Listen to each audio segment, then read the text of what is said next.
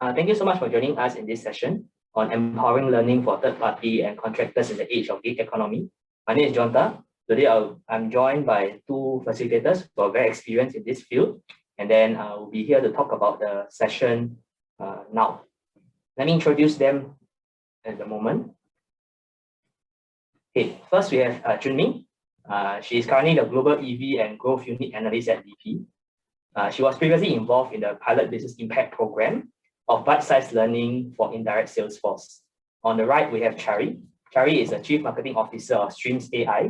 So Mr. Chari is currently aims to help enterprises to train, empower, and enable their sales talent everywhere through AI-enabled continuous measurement technology. For your record, this session is going to be recorded. The recording of this session will be available at the IL website later on. Without further ado, let's welcome Ms. Junming to start her sharing session. Ms. Junming, please. Sure. Thank you, Jonta, and I'm very excited to be able to share with everyone today. So I will start off with a self-introduction.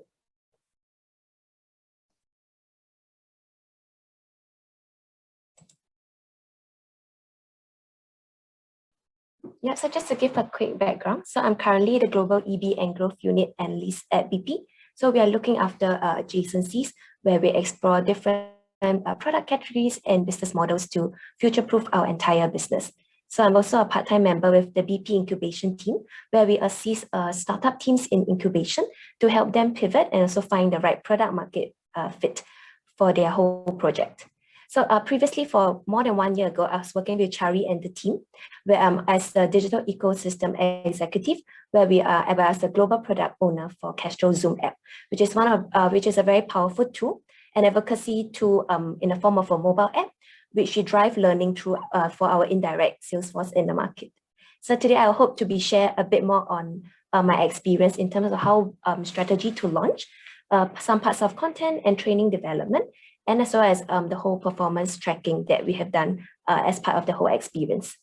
So without further ado, so maybe I could start off with a bit of background context to the whole introduction to Castro for us as a brand. So for Castro, we do specialize in providing engine oil to existing mobility, including cars, motorcycles, and also commercial vehicles, and also industrial machinery as well. So if regards to this, we do have more forward-looking projects with regards to future mobility coming under the form of electric vehicle partnerships and also sustainability. So for today's session, I'll be sharing a bit more about a part on auto repair workshops, which is where we connect very closely together with our indirect sales force in the form of our distributor sales representatives and also mechanics in the workshops, which provide repair services to our car owners. So I will start off to give a bit of introduction to the entire value chain and how we actually provide our products as a service to the drivers who are our consumers. So in our usual sales calls, our sales representatives from the distributors, they will visit a workshop to take orders, have any sort of resolve any queries, and also teach the mechanics in the workshops in terms of just to share with them our product knowledge and also brand information as well. So which from them, the mechanic will then pass on and take this information with them and provide it as a service to the consumers who drive by to their workshops. So we see in terms of the entire chain, there are certain learning and training challenges that we observe. So one of which is that how do we actually then encourage these people? So ultimately, even though we do not employ them directly, but they are actually carrying the face of our brand. So how can we then encourage and also empower them to learn in the meantime, given that they have to do their day-to-day jobs and also provide service well as well. So all in all, we see that there may be information gaps and also limited retention in how we usually provide training to these sales representatives and also to the mechanics.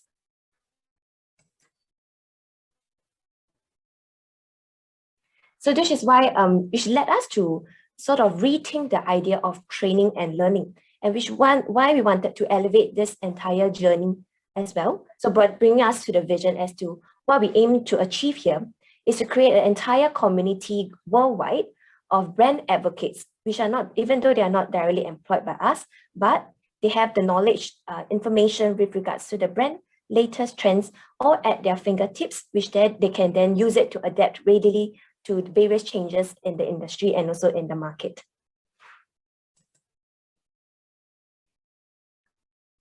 Yeah. So how do we actually transform this whole brand advocacy, or I would say learning journey? So in comparison, so we do have a mobile app advocacy tool called Castro Zoom, which we have implemented globally in more than 10 countries as well. So sharing a bit in terms of the 4 aspects, which how this is being done. So number 1, how do we actually build a community? Not so much along the lines of social media, but to be able to value add in the form of providing a conducive learning environment for our users. So building a community as such that we allow users to submit their responses in the form of user-generated content. So they can actually share feedback in the form of polls, or they could submit a picture or video of them in the workshop, sharing a slice of their life in terms of their day-to-day job and what they have been and how they are interacting with their customers and also with our brand. Which from there, we are able to collect all these responses and then republish them as user-generated content in a sense. So the next part on attaining mastery. So all the content that we drive through Castro Zoom is essentially bite-sized modules.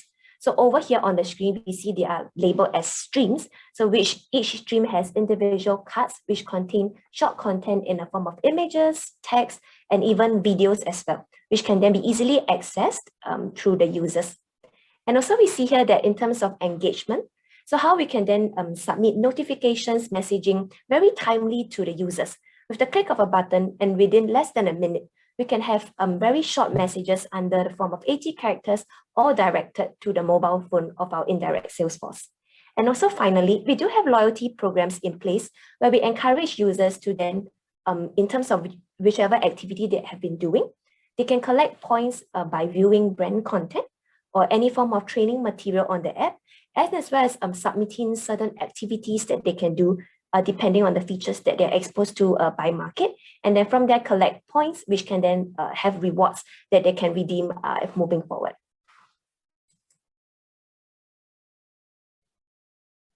So just to give a flavor of what we have implemented real life in various markets. So for one, because as when COVID actually struck us last year, what we observed is that it has actually literally brought the world to a standstill. You know, planes are not moving, cars are not driving. And what we observe here is that in terms of our indirect sales force for mechanics in the workshops, it has actually taken a great toll in terms of their business. And they are also not exactly sure where they can seek help from, because this is where we see that for us as a brand, we do see the importance of delivering relevant learning content to these users who are not able to receive timely information in that sense. So what we did here is that in Middle East and Saudi Arabia market, so what we had a plan, a COVID response plan for our mechanics, where we're able to deliver this through our mobile application. So in the first phase, what we started off to quickly launch is with regards to safety measures, what they should do in a workshop in terms if customers visit them, how differently they should service them, and also basic hygiene tips such as hand washing that they should observe in the workshop. And from there, as part of a phase 2, what we did is that we adapted a series of short 15 seconds videos where each part of it shows how they can actually keep their workshop clean, how do they then communicate with their end users, so on and so forth. And then ending it off with a quick poll where they can then submit their responses based on what they have learned before from the video. So from this, we also have a leaderboard that we observe in the user panel, where we can see actually by timestamp which users have actually submitted the fastest, and we give them recognition for that as well. So in terms of some of the impact that we have observed, so over here we see that because we do have a loyalty program that's implemented in the Middle East cluster, so they are actually able to scan a code on the products itself. So for example, they did make use of an Edge engine oil, for example, and we're able to capture that code, and it is counted as a product scan in our loyalty system. So with regards to the content that was delivered for the COVID response plan, we have sent it out to over 10,000 mechanics in the entire cluster. And over here, we do see that there have been improvements in helping recovery post-COVID once traffic has actually recovered back in last year in 2020. So we have also observed a consistently high performance in our Net Promoter Survey, which is why we believe that it has been impactful overall. So moving on to another best practice which we have observed for indirect sales force. So we see that many companies, they do actually have regular training programs. So they will have an instructor or a coach that actually present a PowerPoint over to the sales force and also encouraging them and also guiding them along different types of skills, including soft skills and communication skills as well. So what we did over here, because I think COVID also provided a lot of opportunities for us to rethink how can we actually move things online and also provide a safer environment for learning as well. So what we did over here in this is that we converted 10 modules, which are in the form of PowerPoint decks, and as well as Google Forms. So which when we send out surveys to collect feedback and whenever we needed them to complete questions in the form of assessments. So what we did is we consolidated them all into one single module on a Castro Zoom platform. So we started off with a pre-test and then linking up to the content, which involves videos, short articles, and also thought intriguing questions, which can then help them to learn better on their own. And afterwards, following the content, we have a post-test, which contains a similar questions to the pre-test, but in a jumbled up form. So over here, we see that the pre and post-test actually helps us to observe if there's any improvement in learning. And from there, we are all able to capture this information with regards to the views, their scores, all on one platform, which makes it very easy for us to then observe the entire flow and also see at which point in time do people actually drop out of the learning journey. So this has been something that has been very helpful for us from a business standpoint. Yeah. So over here, we see that how this has actually transformed the entire learning journey. So from face-to-face in a seminar style, we moved this on to a virtual all-in-one mobile app. And from there, we converted the long sessions of training, which may have limited knowledge retention. So right now, our DSRs or our indirect sales force can actually access all the information that has been imparted to them, all at their own time and also in bite-sized formats as well. So over here instead, we actually also encourage continuous learning. So not to just stop at one module, but also to refresh the content that what you are unsure of. And from there, it's very easy for them to then track their own progress as well. So from here, also one of the things we should observe that we could leverage the platform is setting up structure to the training program. So instead of conducting one-off sessions that people may forget after the session is over. So over here, we can actually build in a program involving points and also badges that are linked to the modules in the program itself. So with every view and also every assessment that they take, we can track them, and then from that, they are able to also see their own progress based on this entire incentive program. So I'll also share a bit on some of the experiments that we have conducted. So because we see that some form of understanding the users and their preferences is very important, because ultimately the content, or we'll say the training materials that goes out to them, it has to speak the same language to them in a sense. So over here, what we did is that we tried out on two groups in two markets. So where we did a 1 month long experiment, where every week we will launch either one piece of content. So for the control group, we did only brand knowledge. So in a sense, we only release products, product content. And then for the experiment group, so on top of the product content that is available to them, we also release certain training modules that also that are short and also easily accessible at the same time. So what we did observe is that based on our understanding and also the personas that we have conducted, so we see that there's actually a higher usage amongst the experiment group. So where people are actually coming back to the application more often, and they also view the product content more often as well, which shows there have been greater interest in terms of the app and also all the training materials that has been provided. So on the next graph, we also observe that improving the quality of training materials on the platform actually encourages people to come back. So we have observed users who have not been active on the platform for the past 30 to 90 days. They actually click back in on the notifications when they are being pushed out. So from there, we see that between these, and also it's been a significant test to show that they actually need to provide relevant training materials and also to push it out to them in a timely manner to keep users from engaging with us. So I will also share on one last experiment, which is regarding to gamification and leaderboards, because ultimately it will always be good that we insert a bit of excitement and also encourage people to view learning not just as a chore, but also a fun process that they can help to better themselves. So what we did is that we took an experiment of 2 weeks duration, where every day there will be a quiz that is being launched out to our users. So at the end of the day itself, so users will have to participate every day in a quiz. And from there, at the end of the day, we will publish a leaderboard which features the top 10 users who have scored well in this whole experiment. So what we observe is that over a period of time, we did actually look at, there are some users, so in terms of repeating of questions, some of the questions we have put them to resurface over 3 days or over 5 days. So what we observe is that repeating questions, so this whole idea of spaced repetition, so where we introduce the same concept over a period of time, actually helps the users to remember the concepts better. And close to 100% of users actually have achieved or even answered better from their previous scores. And also on the next point, we did split users. So we did try to do a sort of A/B testing as well, where we exposed a certain groups of users to leaderboards and some did not have any leaderboard visible to them as well.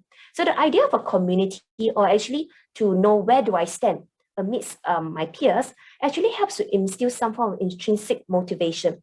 So based on a survey that we have found, depending on what score that the users get, for users that actually get a good score, they say that they feel recognized and they want to do better the next time. While for users who actually did not score as better as expected, they may feel a bit disappointed, but it also helped to motivate them that they will want to score better in the next round. And finally, on our third point, with regards to rewards and recognition, so other than the leaderboard, we also provided a giveaway to the top 10 users who were actively participating in the challenge. So we see that for that, we do post on just to feature a bit of a catalog as to what rewards are being available. And we also did research as to what types of rewards that actually people will appreciate. So could it be in the form of vouchers or merchandise? So all that is being taken into account, and it helps to bring in a bit of excitement and also motivation as well. Yeah, so if I may bring myself back to close to 2 years ago, what I wish I knew when I started off this journey. So having said that, I was being thrown into this project, but just trying to piece everything together and also interacting with different countries. So what I found that is very similar in terms of marketing. We always talk about being consumer centric. So over here, what we do regard our users also as our consumer of training materials. It's important to understand what are their interests, their day-to-day job, when is the best time and most optimal time for them to learn, and what are the topics that they actually see themselves needing in the future. So one of the points that we see that how we've actually structured this is we compiled all the research that we had based on our indirect sales force and also for our mechanics, and from there structure out what are the top topics that they will need to understand beyond just knowing about our products. So this could include soft skills, communication skills, and also personal effectiveness. So all this actually helped us to decide what types of training materials and how do we actually structure everything on the modules from there. Yep, and the next part on consistency. So because we do observe user metrics in the form of active users 7 in the past 7 days, and also AU 30, which is in the past month. So what we have observed that it's very important to share any form of notification or messaging at least once a week to maintain a certain level of baseline engagement. But of course, if you are able to provide more interactions through the application, that will actually help in terms of retention and also encouraging more learning through the app as well. And on the third part of having interactive and content and quizzes, so what we mean by here is that to have a varied form of formats. So not just sticking to text content all the time, not just publishing images, but we do try to jumble and mix things up just to make it a bit more exciting. And even in the times where how people answer questions, whether is it multiple choice, or sometimes you also allow people to submit their responses in a form of videos and images. So all this helps to provide a more holistic experience for our users. And also on the point on building into daily KPIs and gamification. So one of the things which we observe is that we do need dedication. For example, if we're interacting with an indirect sales team, so we do need that dedication, and also how would this actually sit into my sales goals and my sales target? I want to be a better salesperson. How would this actually benefit me from that? So over here, we actually included certain completion rates and also assessment scores that they have to do, so that this could actually help to keep them on track. And also this is included as part of their daily performance goals. And gamification, in that sense, with the help of a points system, actually helps to standardize everything and tie in all the different types of incentives and activities together under one program.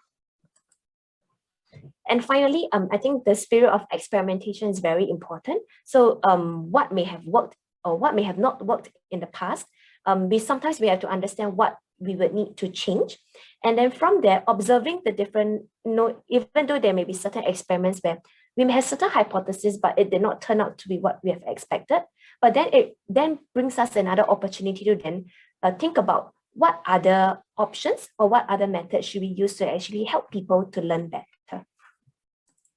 So with that, I would like to leave everyone with a quote.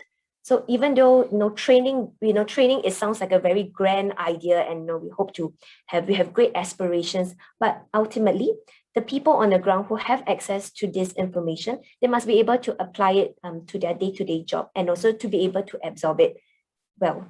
So with that, I would like to thank everyone for your time, and yeah, I'll pass on my time to Jonathan and Chari. Thank you. Right. Okay, thanks so much, Junming. This is basically a sneak peek on the workplace learning that's happening in Castro. It's rare opportunity for us to actually have an access to someone who from the inside to share as much as she can. We also don't want to get her into trouble, as much as she can about workplace learning and how she go about enabling workplace learning. So next up, we have Chari. So he'll be sharing more on the technical aspect of how the solution is, and then whether maybe you can start to put certain things in place, whether this is applicable for me, my organization, etc. I'll leave the chat open. If you have any questions you are too shy to ask or verbalize later on, there'll be Q&A section later on as well. But you can start typing your questions on the chat, and I'll pick it up later during Q&A. So Chari, it's yours. Thank you very much.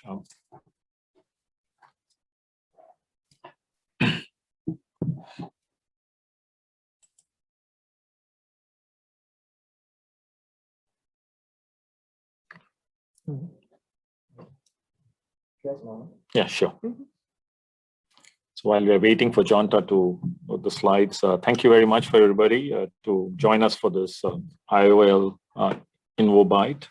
My name is Chari. I'm the Chief Marketing Officer of Streams. We are sales enablement and readiness technology company. We help enterprises train their sales teams at a faster rate, and especially if they're a distributed sales team, like what was pointed out by Junming. It is very challenging to train thousands and thousands of salespeople, and using our platform, enterprises find it easier to reach those the salespeople, train them faster, and get them ready in a much more quicker manner. Okay. Yes, excellent. So what my topic, which I'm going to be really talking about, is how to make workplace learning effective, and really using a couple of strategies. One strategy is using knowledge checks as a workplace learning strategy. We'll discuss these as the method. Discuss this as a method to take us forward. Okay. So let me start with a statement from Confucius in 450 BC. I think he was already an adult trainer, and he had conceptualized what adult training is all about. And and this everybody knows, right? Tell me, I'll forget. Show me, I'll remember. Involve me, I'll understand. The word involve means really relating, means engross, means engage, right? And we all know that adult learners are self-directed. They're not like children in school. They need to be engaged, self-engaged, motivated to learn. Otherwise, they will not learn, right? So, and apply that knowledge. So, on that basis, inspiration from Confucius, let's discuss the agenda. So the agenda is basically, I'm going to be talking about why making workplace learning more effective. Why is it important? Just discuss that very quickly. We all have, if you are joined any of the IAL courses, which I have myself done as part of my ACTA training, we all have heard of the Kirkpatrick model for measuring effectiveness. I'll be using that basis to discuss training effectiveness. How do you assess each of those stages? And then introduce this concept of knowledge check as a workplace learning strategy and some best practice tips. You have heard a lot of good tips from Junming, and some of them may be repeated, but I think these are really good best practice tips which you can use in your training. And this thing. While we are talking from third-party sales enablement, but all these ideas are equally effective in traditional workplace learning, very effective in remote learning, and also in e-learning and instructor-led training. So you can apply these practices even with a class of 10 people to a class of 1,000 people, right? So, and I hope this is very useful to you all. So, to start off with, big thing is a lot of money is being spent by companies globally, right? The last reading which I did when I did research was $370 billion is being spent on workplace training. So that's a lot of money. We know, for example, the Singapore government has got a really big skills futures program. Upskilling is a very important word. Reskilling is another important word which everybody's using. It's a big priority, right? And also a lot of new products get introduced, and new product training is a very big area for a lot of places in the workplace, especially from a sales and marketing perspective. You keep introducing new products. You need to train up your sales teams to have the ability to communicate to their customers, the new products, because those drive growth. And we have to remember that this whole area of training is very critical, right? But the key question which is there is, we do all this training, we spend so much money on training, right? The real question is, does the trainee who's learning from the trainer, is he or she able to recall, able to use that knowledge on their day-to-day job? And that's the critical issue, right? And that's the critical thing which we are all trying to solve as a community of trainers, a community of training providers. This is the real value which we bring, right? It is not just doing the training. Is it really being applied? And that's the problem we want to solve, right?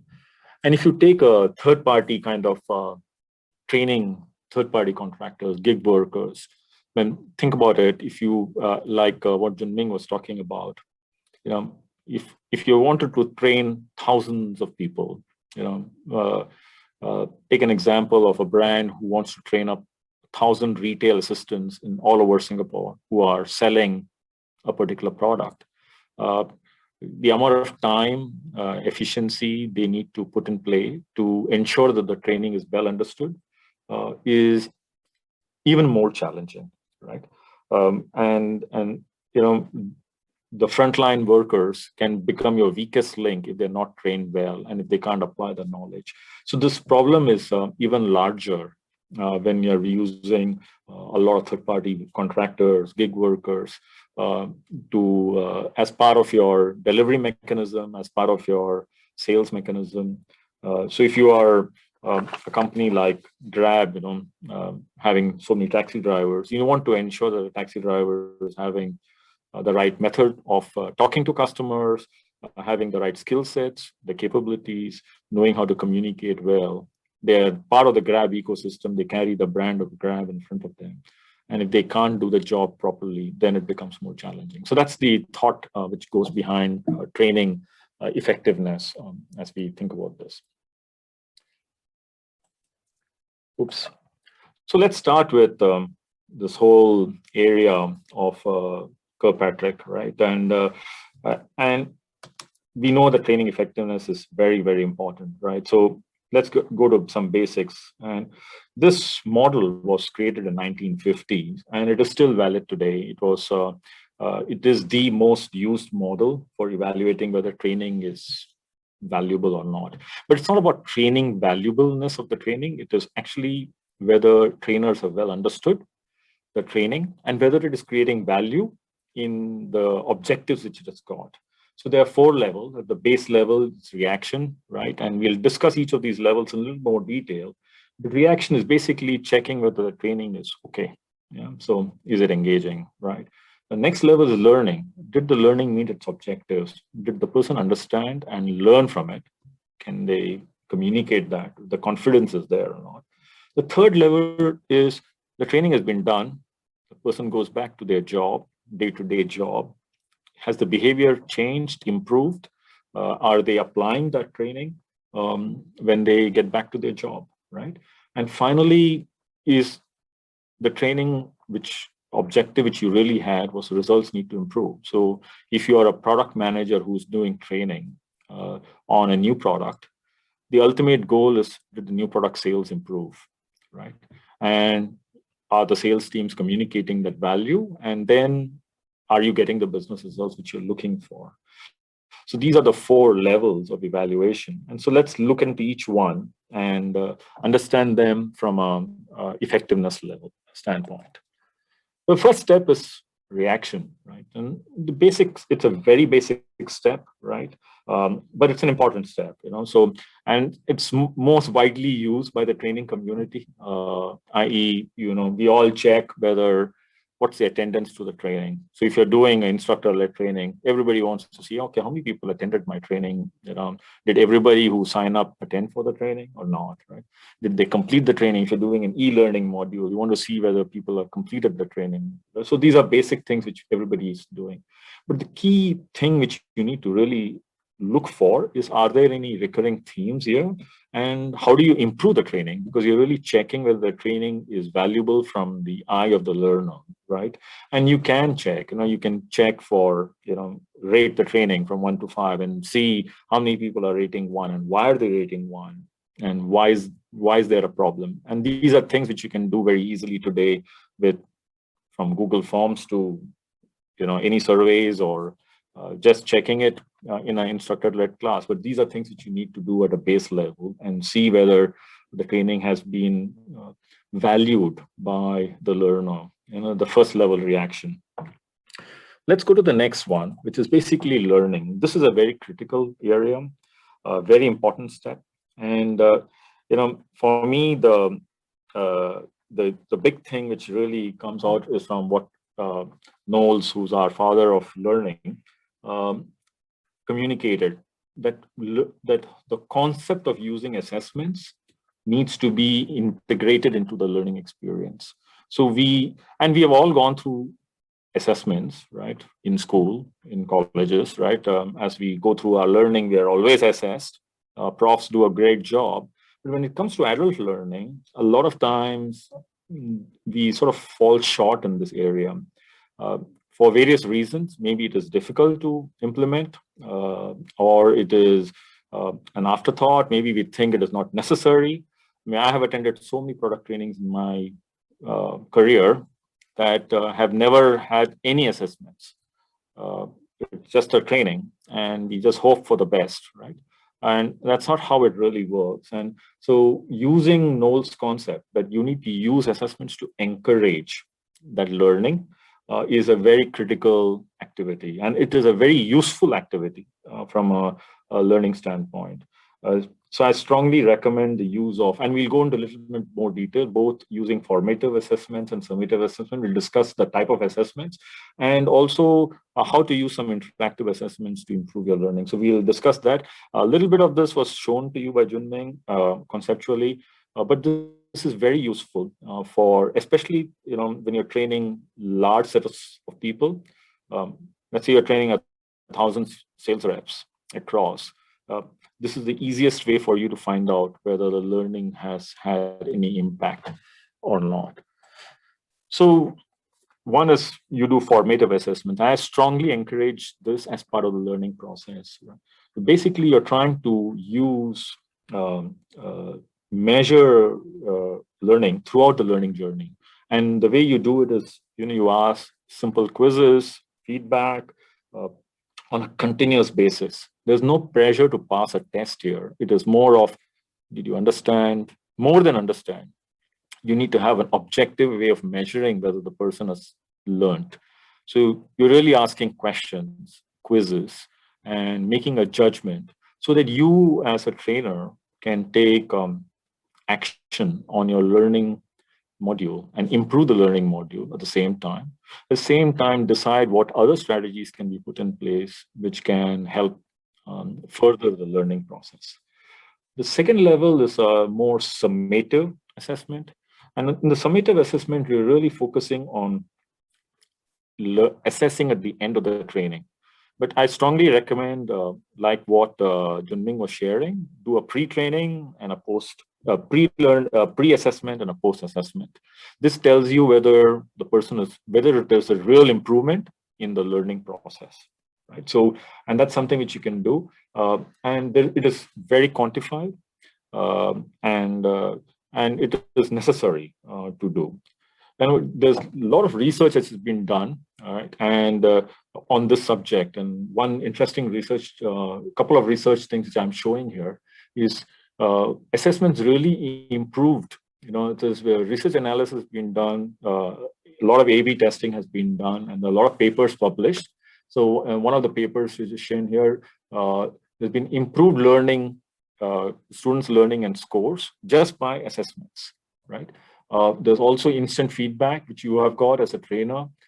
There's also the learning has become more self-regulated because people now individually can understand, oh, I need to do some improvement myself because now I know, oh, this is what I got. So let me go back, because it's not a college, right? You're not passing out for a degree program. You're just attending a product training, or you're doing a skills training, which is run by a workplace. There is no penalty here, right? So the whole idea is you can see that the adults have a better regulation on their learning journey, and they go back to learning activities to improve themselves. So you see, and there's also improved motivation from this whole process of assessments. Another study which was done is that using this feedback with well-constructed assessments can motivate learners and boost effectiveness of learning from 40 to 150%, which is substantial, right? So strongly recommended methods to do both formative assessments and summative assessments as part of the whole learning journey. And so the other area which I wanted to basically discuss is discuss the type of assessments which we're doing, right? And so from an experience standpoint and what we have seen from our own research and our own engagement with various learners is we know that assessments improves outcomes, but you can have various types of assessments, and varying the type of assessments can improve retention, can also improve the knowledge. Why is that so, right?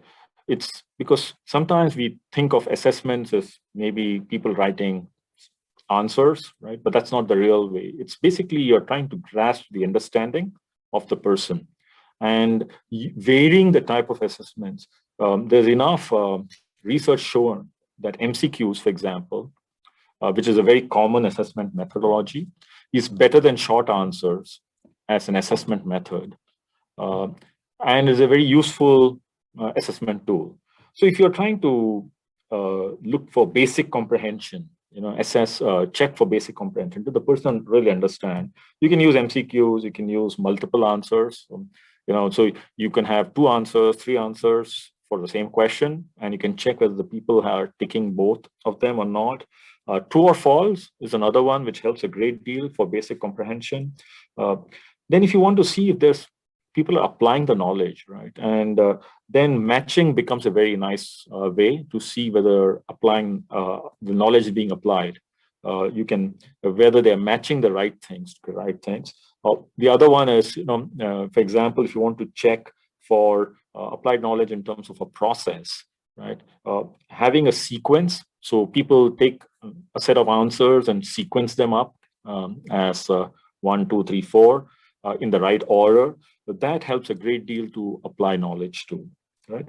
The other one is hotspot, so identifying specific areas of the object you're training, or specific things in a geography which you want to show. So these are things which really help improve applied knowledge.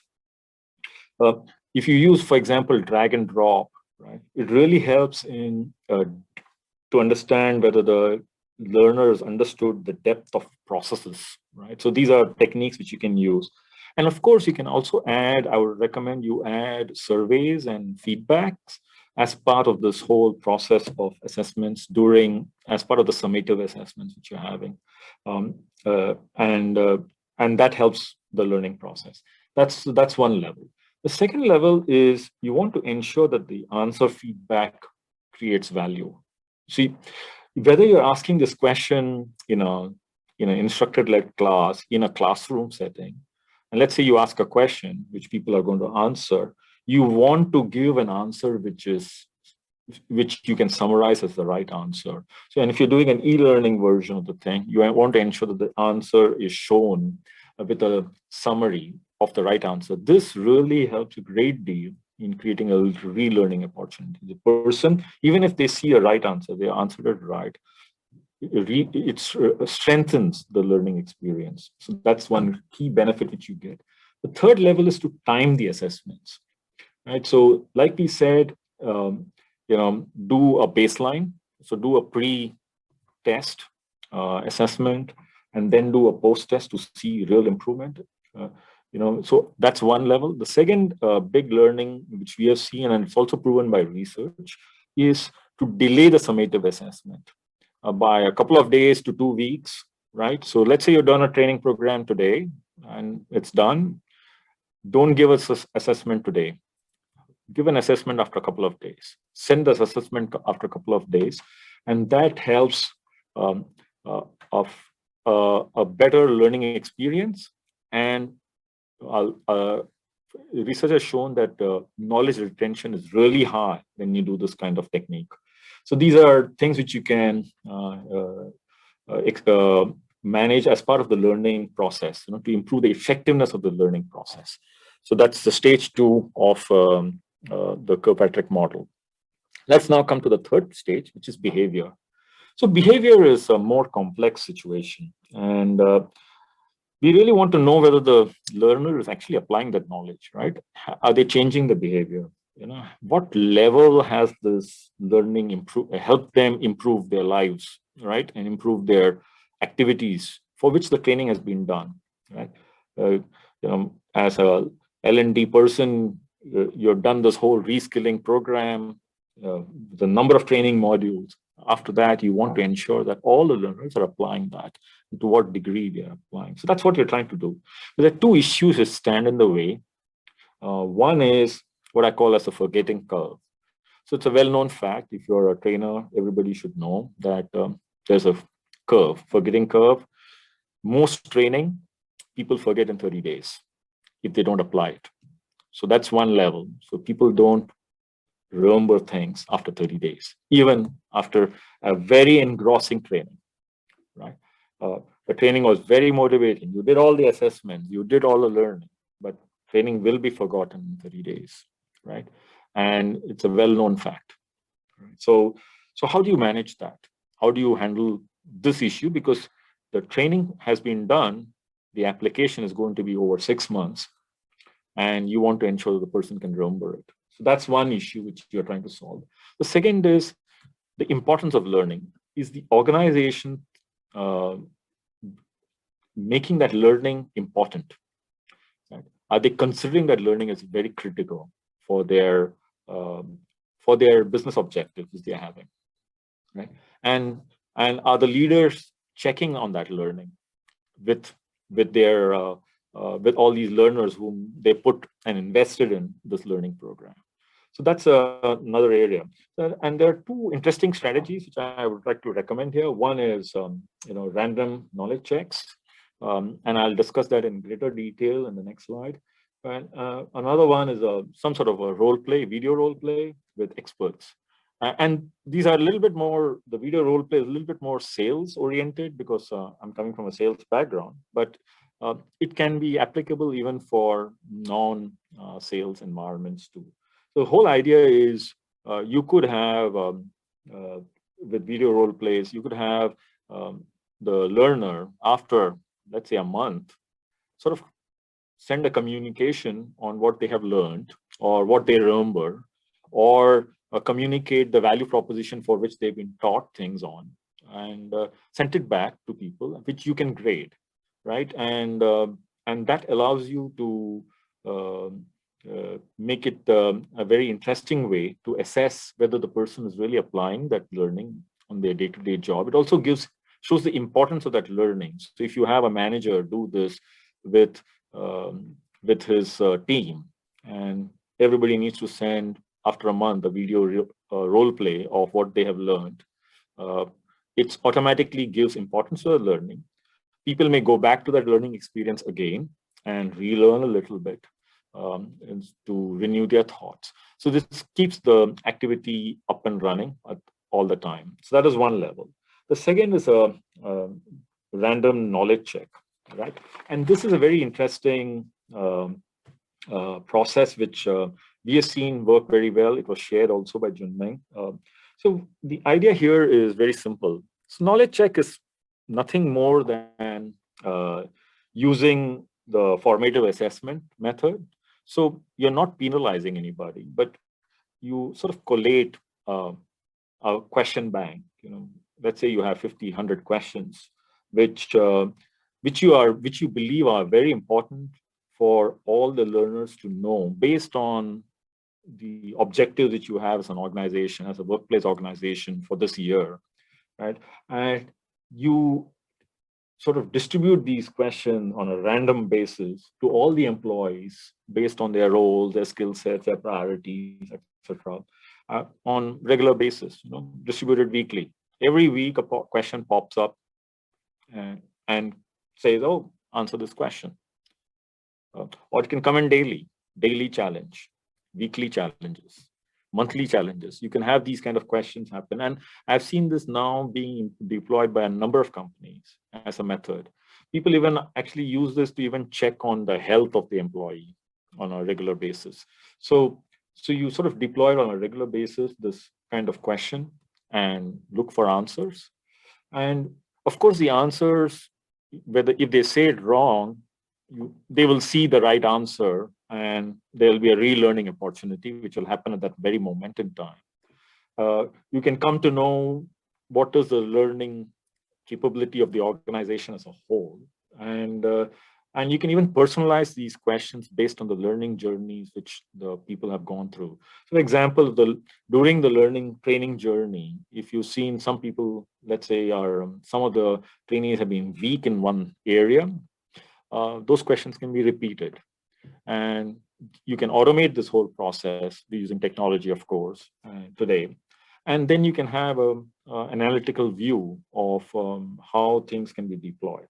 So this is a very good workplace learning strategy deployed by very leading organizations now globally. Learning organizations globally. So I'd strongly encourage you to think about this. You can create this even in your learning environment. Even if you're training 10 people up, you can send them, Google Forms today at a base level, very easy to do this. There are various technologies possible. Of course, you could look at more advanced technologies if you are interested. And finally, the result phase. The result phase is more, actually, it's a complex and an interesting phase. A lot of learning organizations and L&D managers face this as a real challenge, right? We've seen this with even sales training managers. You do a training program, you've gone through these stages of assessments, and you've gone through this process, but do you know whether the training really improved business results? How do you make that judgment? Can you make that judgment, right? And so linking your learning process, your assessments, your learning objectives that you're having, and business results is something which you should be considering as part of your strategy, right? And you could do that. You saw how Junming was sharing improvement in business results directly with training objectives. And that's possible because you can correlate them together.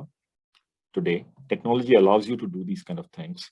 And you can actually have a very interesting view. So for example, you could see whether you can check real results, whether the knowledge retention has improved. You can see whether productivity has improved. These are things which you can measure very effectively and link it up to your learning process. And you can see whether the impact is direct. And for example, in this graph here, what you're seeing is a set of people, learning objectives, and business results all in one. And it sort of tells you where you are having a problem.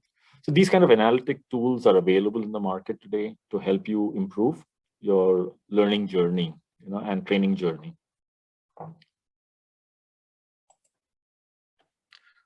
Some best practice tips, which work actually with all kinds of learners, but with third-party workers, gig economy workers, I think it has a much higher value. One is to gamify the experience. You remember that the people are not obligated to go through your training. They need to be interested in the training activity.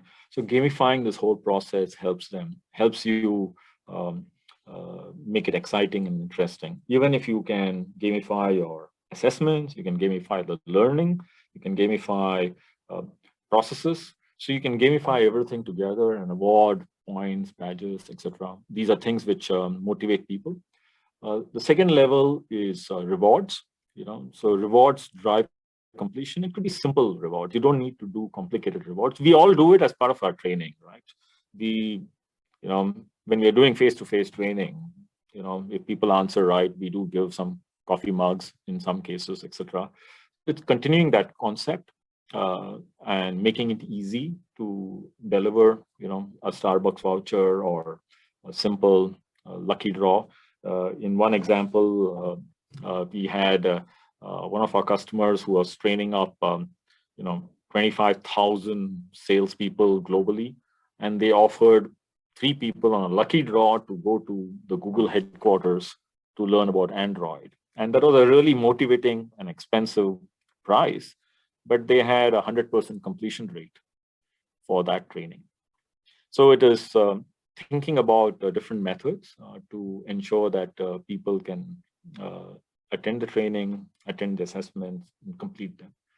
Third is leaderboards. Leaderboards help a great deal to show where people are very interested to sort of socially see themselves in today's context.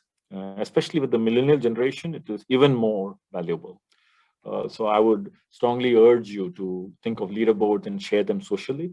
Share them. Here are the top 5 people. You can even share that you're in the top 10%. These are things which help drive completion. And finally, nudge people. Nudging is a very important area. It is something which you need to do as part of the process. You need to send notifications, reminders, and nudging to help people, because there are many things happening in today's world, and this sort of helps bring focus to the specific training objective which you might be having. So in summary, we discussed the 4 levels of Kirkpatrick, right? And gave you some examples on how you can try to look at the model of your training and improve the effectiveness. I would strongly encourage all of you to use knowledge checks as a method to check, improve the behavior and apply the training knowledge and the learning objectives, which we have worked so hard to create and develop. So there's one takeaway which I want to leave you with is continuous knowledge check. It improves the whole engagement process. We have seen that it improves knowledge because it gives relearning opportunities. It renews the learning, which people might have forgotten or are forgetting at that moment in time. It also improves behavior. People apply that knowledge because they are constantly being reminded, and it really improves behavior. And finally, it improves the trainer's productivity. As a training company or organization, as trainers, all of us are thinking about how to improve our productivity. Knowledge checks offer a new level of productivity because you can use it very effectively to communicate to the organization that the training has been valuable for the organization as a whole.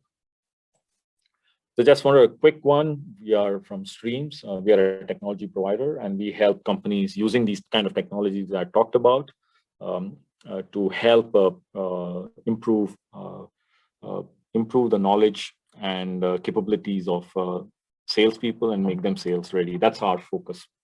So thank you very much. If you need to get in touch with me, please contact me at nkchari@streams.ai. And if you have any questions now, we'll be very happy to answer them.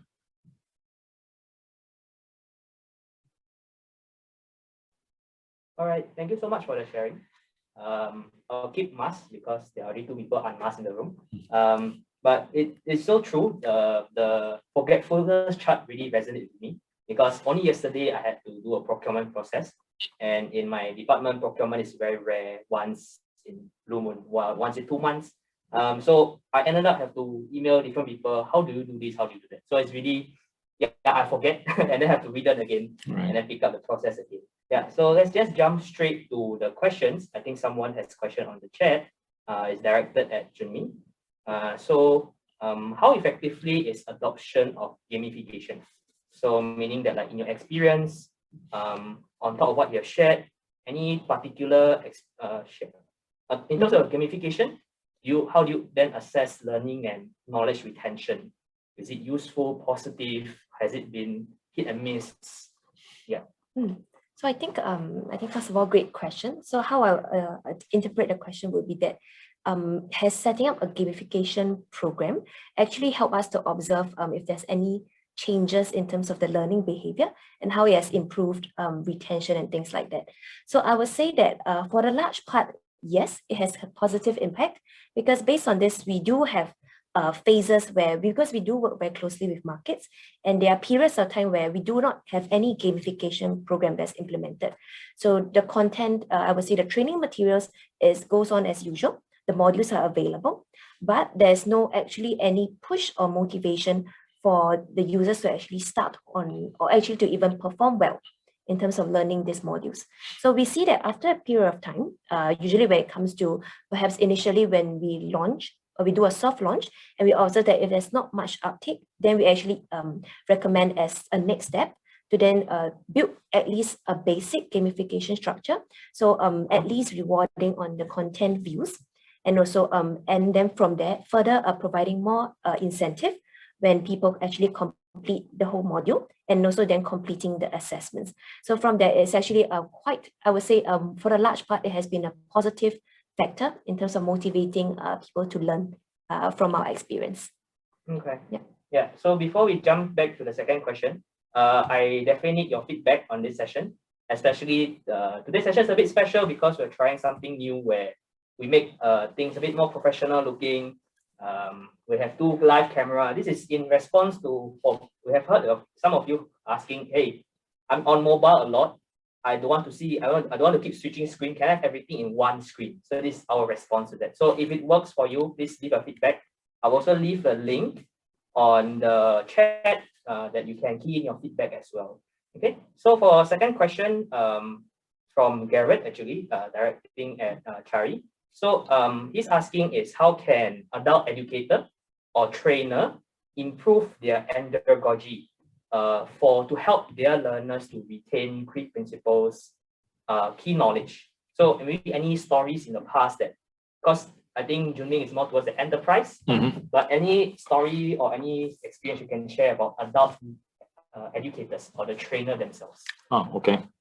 No, so for me, I think experience as a trainer myself and having done a lot of training activities myself and being trained a number of times, I think I would take a couple of principles which I have seen work. I think a couple of things which work are: one, don't cramp the training in one single effort. It is better to spread it out. We've seen that effectively working with bite-sized learning is one way of thinking, right? But even if you're doing an instructor-led training, I would recommend what has worked for me in the past has been spreading out the learning over multiple sessions so that people can absorb the learning in a more effective way. So that's one level.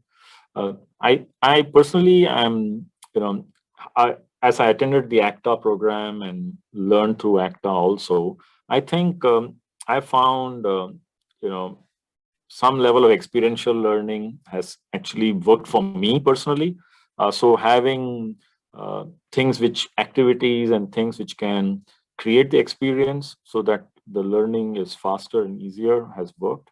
And I also found assessing and checking, using some methods of assessing, simple things in your class, right? Like using gamified simple questions and giving points. All these things have been very, and there are very simple tools also available. Free tools are available in the marketplace, right, which you can use. And I think these have worked very well from a learning experience standpoint to make learning exciting and fun. Yeah, Garrett, I hope that the question has answered your questions. The answers have the questions. The answer has fully answered your question fully. Oh my God. Yes. Yeah. So any further questions from the floor? Please switch on your webcam and just verbalize your question if you have any. So while you are formulating and letting all the knowledge sink in, or maybe you're still on your phone typing a feedback away, I just want to ask, for both Junming and Chari, how difficult is this process? How many trial and error? Has the journey been smooth? Or maybe Junming, you have to convince a lot of your final decision maker in Castro to say, hey, this solution is worth something compared to the existing maybe LMS, etc. Right, so maybe I could start off with my experience. So because in fact, Castro Zoom or this mobile app has actually been implemented all the way back starting from 2017. So in this case, when I came into the role in 2019, there was still some form of, I would say there still needs to be a bit more convincing in terms of why this learning issue needs to be addressed, and how for us, even though with all the campaigns and all the activities that we have planned, how do we then bring it into market? Because the channel, or I would say the workshop channel, is one of the most important routes for us to then activate all this great work that the team has created to make it live and for our consumers to then actually experience and also understand our whole brand story and also all the communications. So that was a very key part, which we had to convince. And also because there's also the part from versus the sales enablement part, and also from us coming as a marketing team.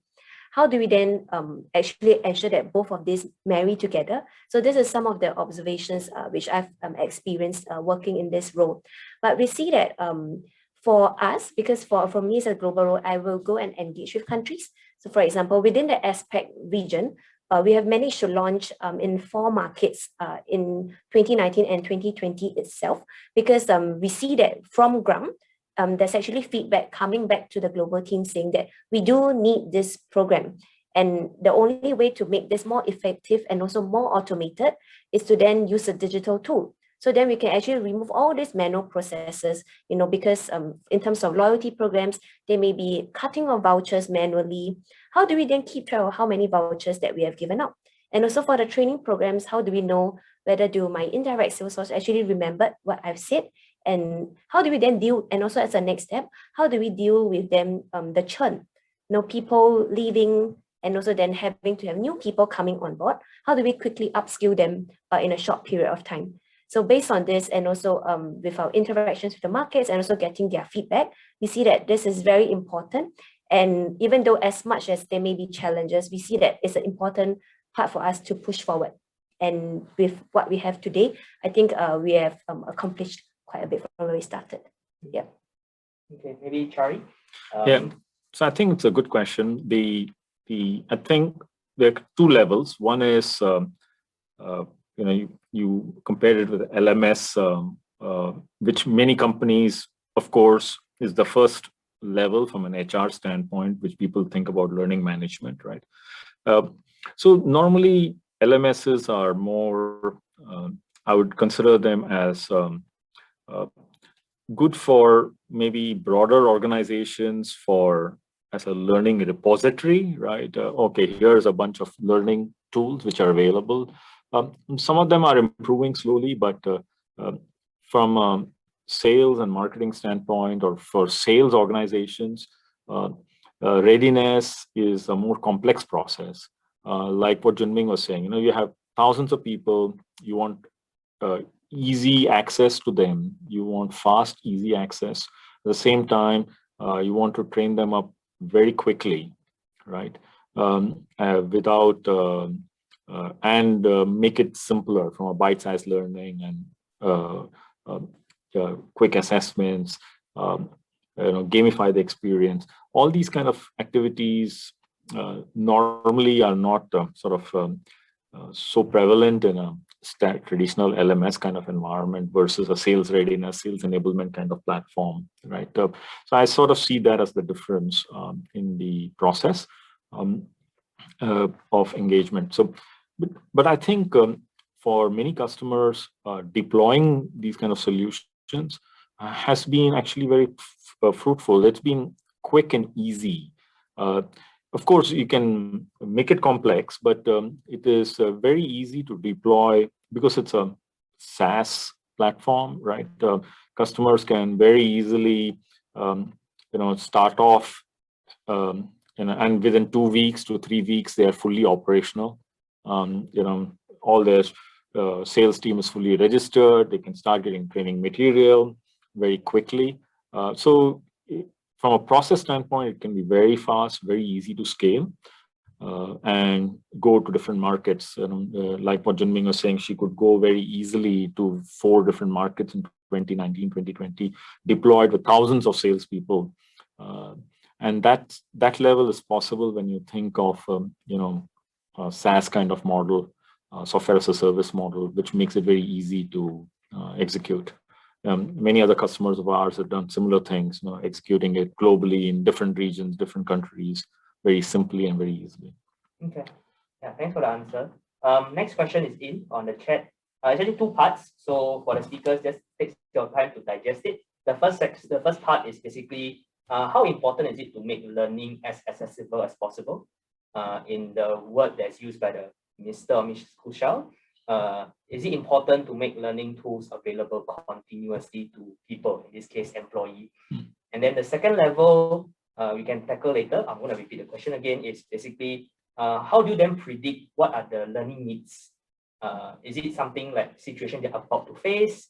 How do you then predict they need to learn X and Y before going to specific session? Yeah, so maybe the first one first on how important is it to make learning tools available continuously? So I could have a go at that. Yeah, go for it. Yeah, so I think for us as employees, we do have, we do have the privilege of having access to different sorts of resources, like newsletters, databases, and like not just within various programs and applications that we have. I think it's very important, and also it's very useful, because for us is that we need, it's a whole sort of continuous learning process. So not just to be restricted by one source of learning. Yeah, so that's one point.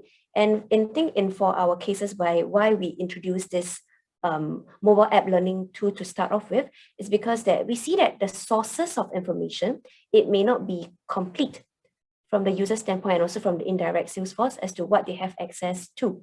So as part of us as a big organization, if we could then provide what is essential and what we believe that is needed for them to execute their business well, so as one mode of channel for them to have access to the essentials, or even more on top of that, if they're willing to go the extra mile.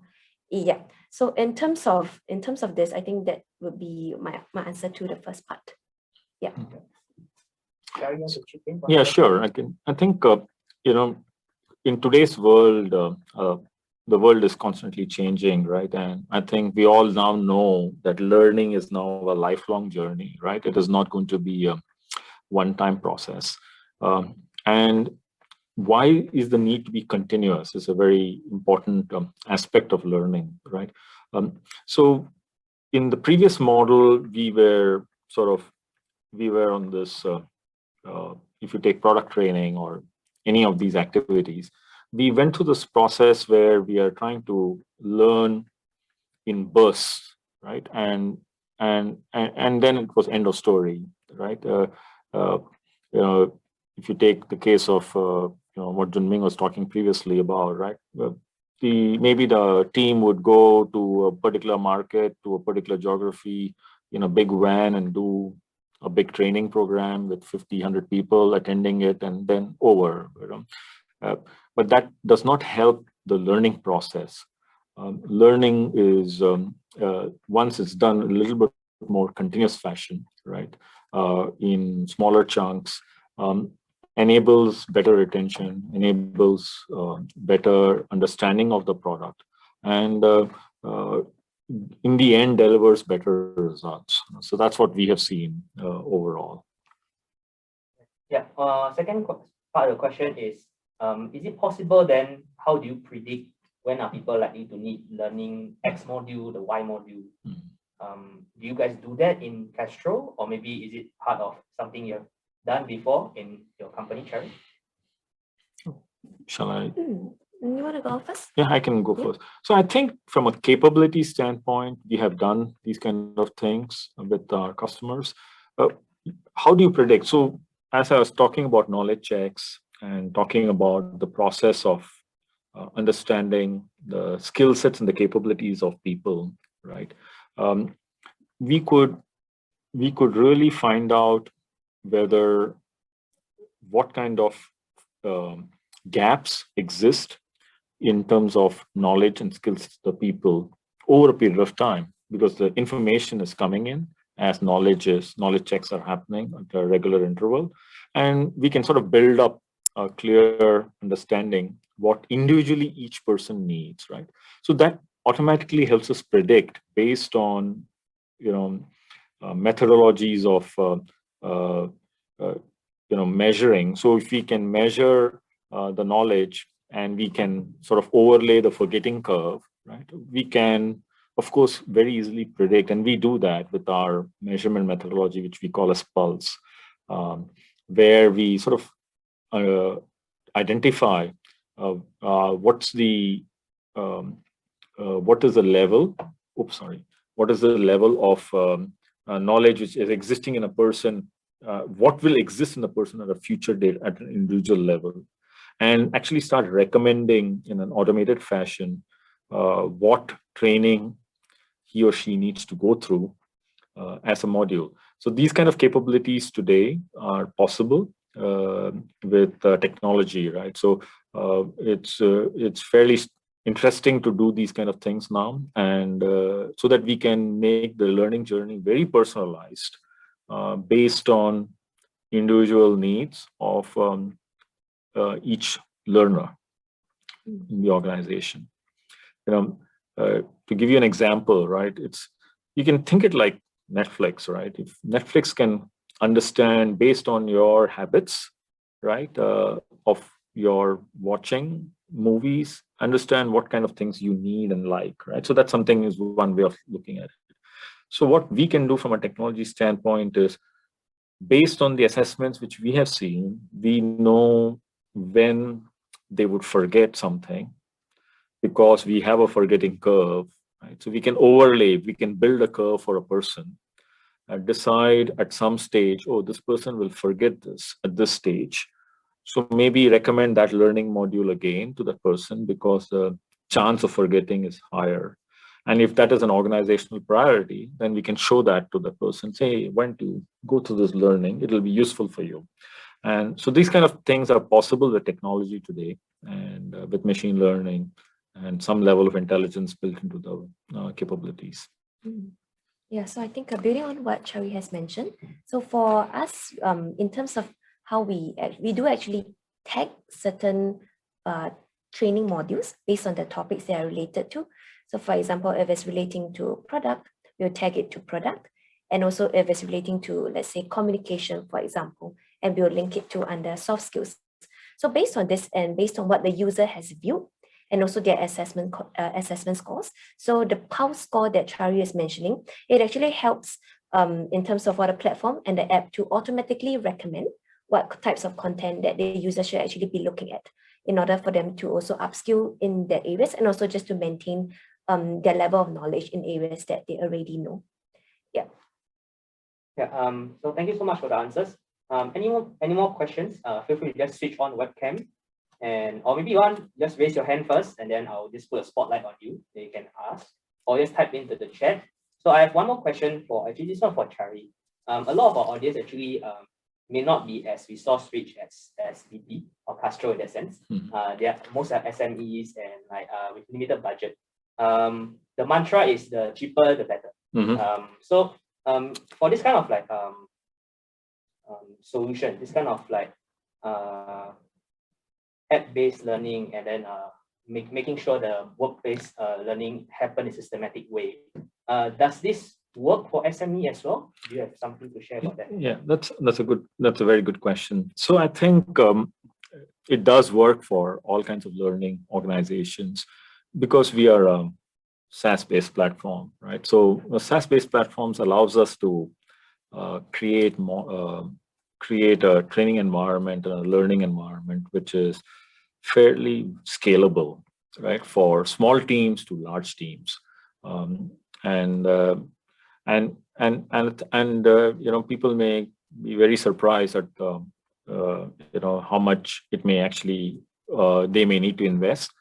So I would encourage, if anybody is interested, to get some more ideas, to talk to us, right, and see if whether the investment is needed is a lot. We are finding that the investment needs are very low because of the SaaS model.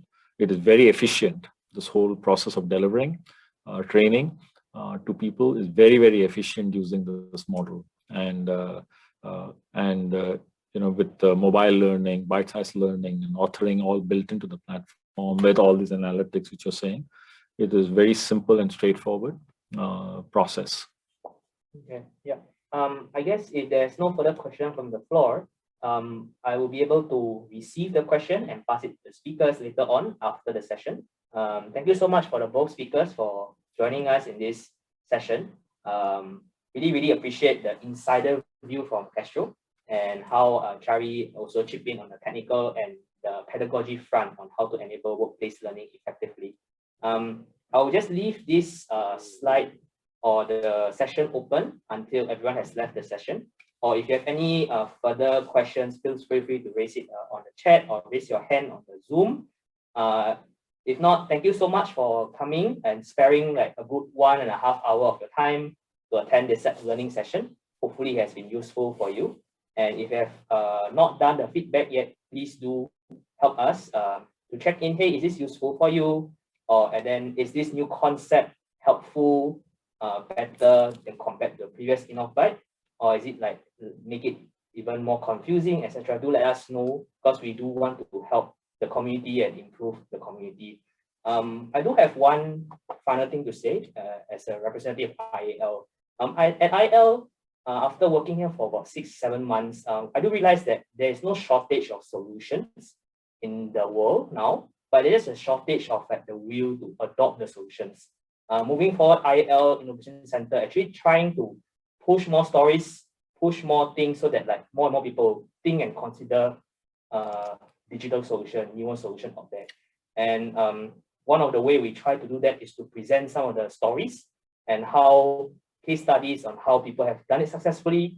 And if they have done it, why can't you get started to consider about it? So thank you very much for tuning in. I'll just stay here until everyone has left the room. If you have further questions, again, please raise it on the chat, or just switch on the webcam and just speak directly. There's a speaker here. You'll be able to hear them, your verbal question as well.